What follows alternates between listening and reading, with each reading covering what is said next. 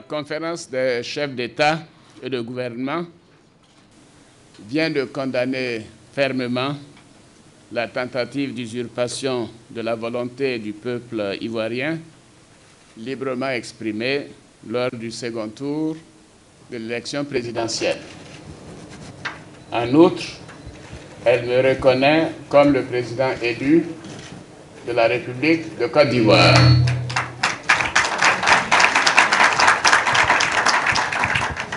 La conférence des chefs d'État et de gouvernement considère que les résultats proclamés par la Commission électorale indépendante et certifiés par le représentant spécial du secrétaire général des Nations Unies en Côte d'Ivoire reflètent le choix librement exprimé par le peuple ivoirien.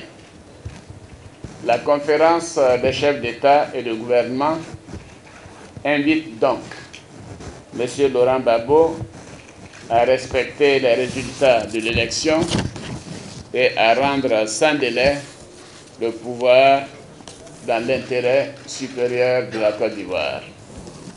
Cette décision est importante à plus d'un titre. Premièrement, elle témoigne de l'attachement des chefs d'État et de gouvernement de la CEDEAO au respect des règles démocratiques et à la libre expression de la volonté souveraine du peuple. Deuxièmement, elle contribue de façon significative au maintien d'un climat de paix dans l'ensemble des pays membres de la CEDEAO. Troisièmement, enfin, cette décision vise à préserver la stabilité et la sécurité dans l'espace sous-régional qui sont des conditions essentielles pour un développement harmonieux de nos États. Je me réjouis de cette prise de position qui honore les chefs d'État et de gouvernement, membres de la CEDEAO et au-delà tout notre continent.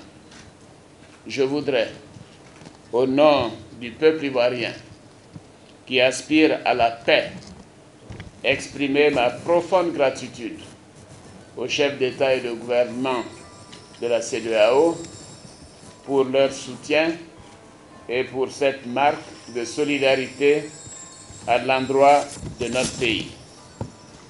Je remercie également la communauté internationale qui s'est également tenue à nos côtés et qui s'est clairement exprimée pour le respect de la volonté du peuple de Côte d'Ivoire.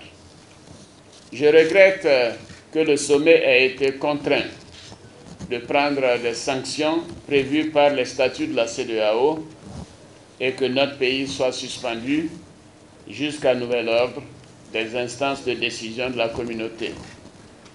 Nous mettrons tout en œuvre pour que ces sanctions soient rapidement levées, pour éviter un isolement de la Côte d'Ivoire dans la sous-région et dans le monde.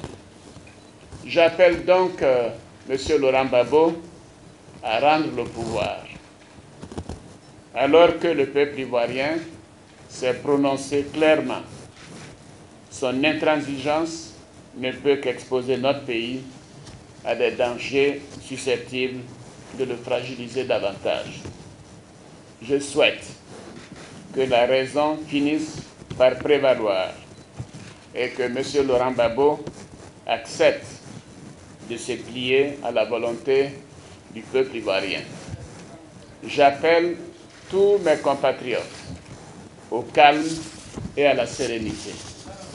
Pour ma part, même dans ces circonstances difficiles qui ternissent l'image de notre pays, je reste fermement et résolument au service de la paix et de la cohésion nationale. Je vous remercie.